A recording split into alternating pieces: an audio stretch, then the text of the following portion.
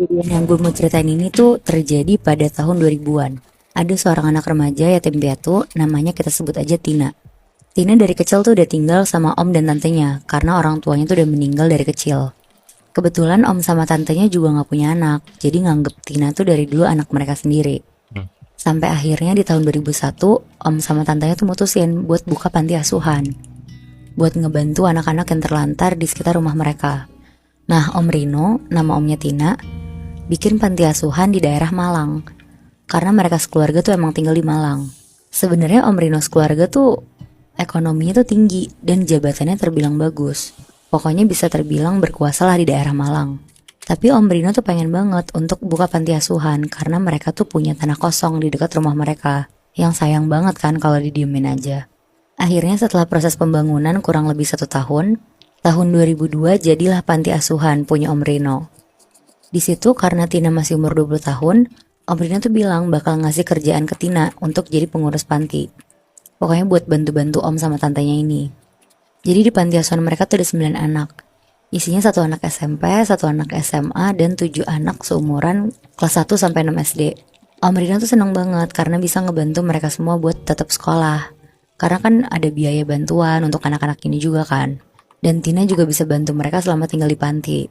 Tapi takdir tuh berkata lain. Beberapa bulan kemudian Tina keterima kuliah di Jakarta. Setelah izin panjang ke Om Rino sama tantenya, demi pendidikannya Tina berhenti jadi pengurus panti dan pergi ke Jakarta. Akhirnya 4 tahun berlalu, abis lulus kuliah Tina balik lagi ke Malang. Dia mau nyari kerja di Malang dan Tina balik ke panti asuhan Om Rino. Akhirnya dia tinggal bareng di sana sama anak-anak yang lain. Tina seneng banget karena 4 tahun dia ninggalin panti ini tuh gak ada perubahan sama sekali. Anak-anak panti juga semuanya masih ngenalin Tina dan bahkan kangen banget sama Tina. Tina pun ditawarin lagi sama Om Rino buat jadi pengurus panti lagi. Dan itu setuju karena Tina juga sayang sama peduli sama anak-anak panti di situ. Jadi pantinya tuh ada 2 lantai. 1 lantai itu ada 4 kamar, totalnya 8 kamar. Anak-anak panti juga sekarang totalnya udah nambah jadi 20 anak. Udah lebih banyak dari 4 tahun lalu yang cuma ada 9 anak. Jadi 1 kamar tuh isinya 4 anak. Karena 1 kamar lagi tuh untuk Tina. Dan ada 1 kamar lagi yang dari dulu tuh gak boleh ditempatin sama Om Rino. Katanya sih untuk tempat naruh barang. Nah, malam pertama Tina tinggal di panti, Tina tuh dikasih tahu sama anak-anak kecil di panti ini. Ada namanya Tio, Akbar, sama Rudi. Mereka tuh umurnya sekitar 6-7 tahun dan emang yang paling nakalnya di panti ini. Ya kayak anak kecil, laki-laki yang susah diatur gitu loh. Katanya mereka, Mbak Tina, tahu nggak sih setiap malam kan kamar yang selalu kosong itu ada suara ketok-ketok tapi dari dalam. Ya namanya ditakut-takutin sama anak kecil, Tina gak terlalu respon dong. Dia cuma bilang, ada-ada aja sih kalian. Terus Tina lanjut tidur ke kamarnya. Dia ganti baju, dia mau tidur. Nah kebetulan kamarnya Tina tuh sebelahan sama kamar kosong ini. Nah sekitar jam 12 malam, bener aja Tina tuh dengar ada suara pintu diketok-ketok dari dalam kamar. Akhirnya Tina keluar kamar. Terus pas dia nyari sumber suaranya, ternyata bener dari kamar kosong ini. Tina berusaha buka kamarnya pun gak bisa karena dikunci. Terus diketok-ketok lah sama Tina sambil bilang, "Halo, ada siapa ya di dalam?" Tapi gak ada jawaban sama sekali. Pas Tina ngecek kamar anak-anak panti, juga semuanya tuh udah pada tidur. Jadi gak mungkin ada yang jahil di saat itu. Akhirnya Tina langsung balik ke kamar terus dia lanjut tidur. Besok paginya Tina langsung nanya ke Om Rino. Karena kebetulan Om Rino tuh mampir ke panti. Tina bilang, kenapa ada yang ngetok-ngetok pintu kamar sebelah Tina ya? Yang kosong itu loh Om, pas jam 12 malam. Ngedenger itu Omnya tuh agak kaget dan bilang ke Tina, "Enggak, kamu salah dengar." Akhirnya karena rasa penasaran Tina juga gak terbayar, dia nanyalah ke salah satu anak yang paling tua di panti, namanya Lisa. Tina nanya hal yang sama kayak apa yang dibilang ke Om Rino.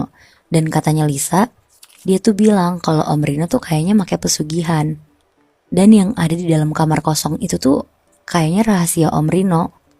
Kenapa Lisa bisa yakin? Karena katanya Lisa, setiap tahun semenjak ditinggal Mbak Tina, pasti ada 1 anak panti yang sakit sampai meninggal. Dengar hal itu tuh Tina kaget banget soalnya dia tuh juga gak pernah dikasih kabar sama Om dan tantenya kalau misalkan ada anak panti yang meninggal juga. Akhirnya Tina jalan ke kamar sambil kebingungan karena dia tuh mikir, Dia kan dari kecil tinggal sama mereka. Dan mereka juga udah termasuk orang tuanya juga kan. Dia yakin lah kalau mereka tuh gak akan nyentuh hal kayak gitu, apalagi untuk panti asuhan.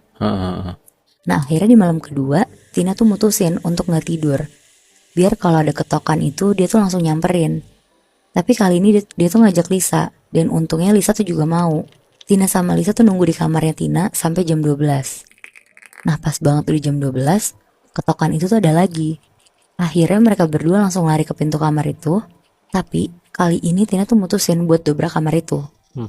Karena dia mikir kan gak ada Om Rino juga di panti itu. Nah pas Tina lagi dobrak, tiba-tiba ada suara anak kecil teriak kenceng banget. Ternyata itu tuh Akbar. Dia bilang kalau Tio di kamar tuh kayak bukan Tio. Pas disamperin sama mereka, Tio tuh udah tiduran di lantai, badannya kejang-kejang, mulutnya tuh ngeluarin busa, sambil nunjuk-nunjuk di belakang pintu kamarnya. Pas Tina, Lisa sama Akbar nengok ke belakang, ternyata tuh ada genderuwo gede banget lagi berdiri. Terus genderuwo itu tuh jalan ke badannya Tio dan masuk ke dalam badannya Tio. Gak lama Tio pingsan dan Tina langsung nelfon Om Rino. Tapi di situ tuh Om Rino nggak bisa telepon, nomornya tuh nggak aktif karena pada tahun itu kan juga belum ada aplikasi Gojek kan buat mesen. Jadi mereka semua tuh anak-anak panti berdoa doang buat Tio. Sambil diangkat badannya ke kasur, didoa-doain, sambil nelfonin Om Rino berkali-kali. Tapi 2 jam kemudian Tio tuh meninggal. Ya Allah. Ya ampun. Nah besokannya Tina yang nggak bisa tidur, dia tuh nungguin Om Rino untuk datang ke panti. Dan bener aja Om Rino tuh datang sekitar jam 10 pagi. Tina bilang kalau Tio tuh udah gak ada. Tapi tanpa kaget atau apa, Om Rino tuh kayak udah nyiapin pemakaman di halaman belakang panti Moibi. Om Rino tuh juga udah datang sama Ustadz di situ untuk bantuin makamin Tio.